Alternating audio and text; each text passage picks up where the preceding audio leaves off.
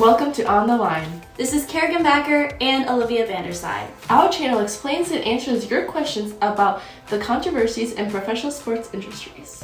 Today's topic is on Major League Baseball. Stay tuned to find out what stories we'll report on today's episode.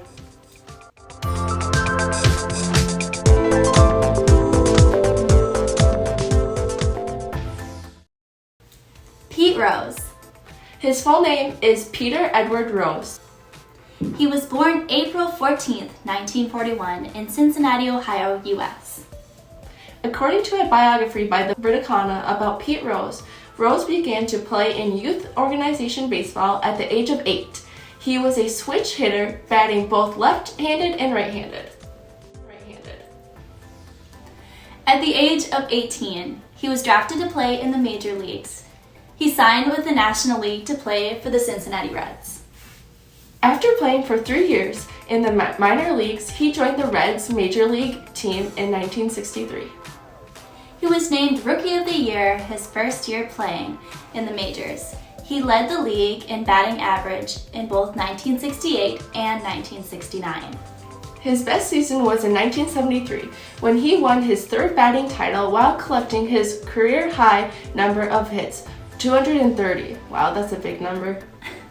The Reds won the division titles from 1970 to 1976 and won the World Series in 1975 and 76. Pete Rose was a big part of helping them win.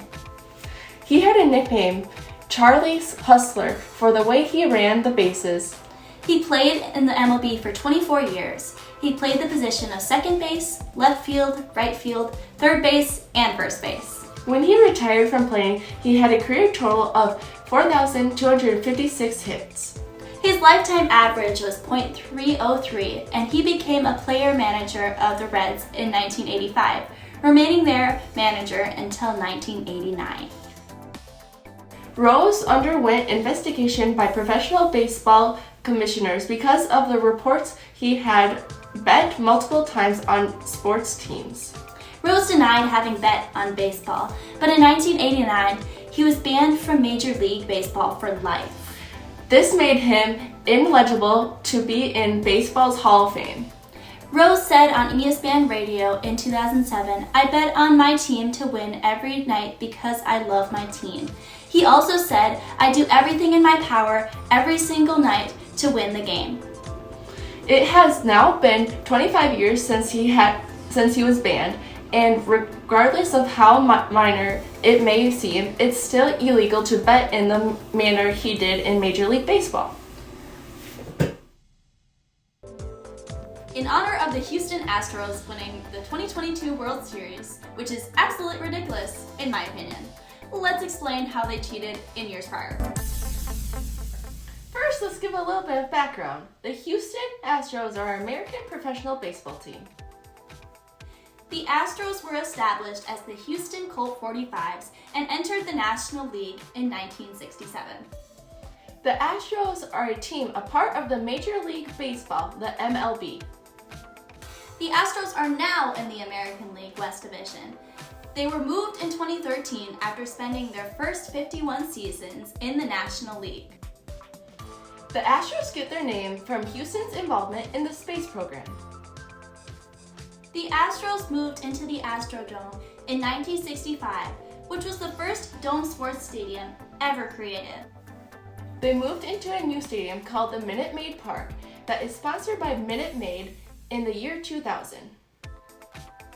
The Astros played in the MLB West Division from 1969 to 1993, then the National League Central Division from 1994 to 2012, before being moved to the American League West as part of a minor realignment in 2013. According to an article on TheAthletic.com on November 1st, 2017, the Houston Astros captured their franchise first world championship, defeating the Los Angeles Dodgers in 7 games to win the World Series. The Astros took part in signal stealing at their home stadium of Minute Maid Park. Their cheating included having a center field camera to watch the opposing pitcher, their video replay room that would play back signs to them, and trash cans which they would bang in the dugout. This was happening while they were playing to win the World Series and throughout the duration of the 2017 season. Despite all 30 teams being told the consequences for electronically sealing signs in September 2017, it didn't stop the Astros from continuing their operation. It was also probable that the Astros used buzzers under their jerseys to help them recognize pitches.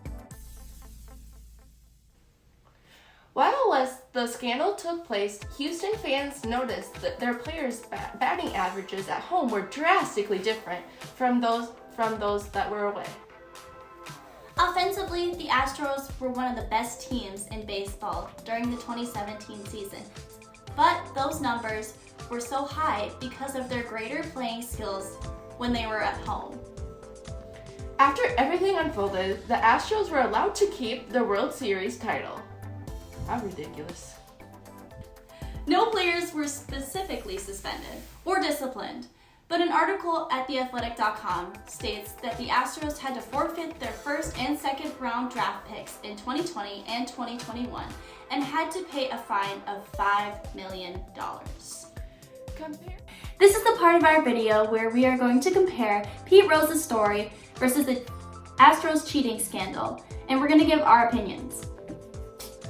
I think it's ridiculous on how Pete Rose got banned from betting on his own team versus the Astros. They literally stole a World Series by cheating, and they only got a couple managers fired and fined some money. They should have got the World Series title taken away from them. It is so unfair. I agree completely. For me, I don't understand how Pete Rose got banned for life for betting on his own team because he was betting on them to win. It wasn't like he was trying to throw the game at all or that he wanted them to lose. He wanted them to win. And he even had quotes where he said I always wanted my team to win. And he was never betting on them to do bad. So I don't understand how that equates to never being in baseball again. I think that they should be reversed, that the Astros should be banned for life because they cheated. You can't cheat and still expect to win. Especially in the World Series game. And also, recently, there was a game where a player tried to cheat and have the ball touch his arm, but they caught that. But that just thinks, how much have they been cheating this year? Well, you'll always have that question in your mind since the scandal happened, if they're still doing the things that they're doing. Do you agree with where we stand for both of these scandals? Is it fair? Is it not? Are you on the line or off the line? Let us know in the comments below. Thank you for watching On the Line. If you enjoyed this episode and want to hear more about professional sports scandals, visit the Jordan High School Creative Communications YouTube page. Stay tuned for our next episode. This has been Olivia Vandersyde and Karrigan, signing offline.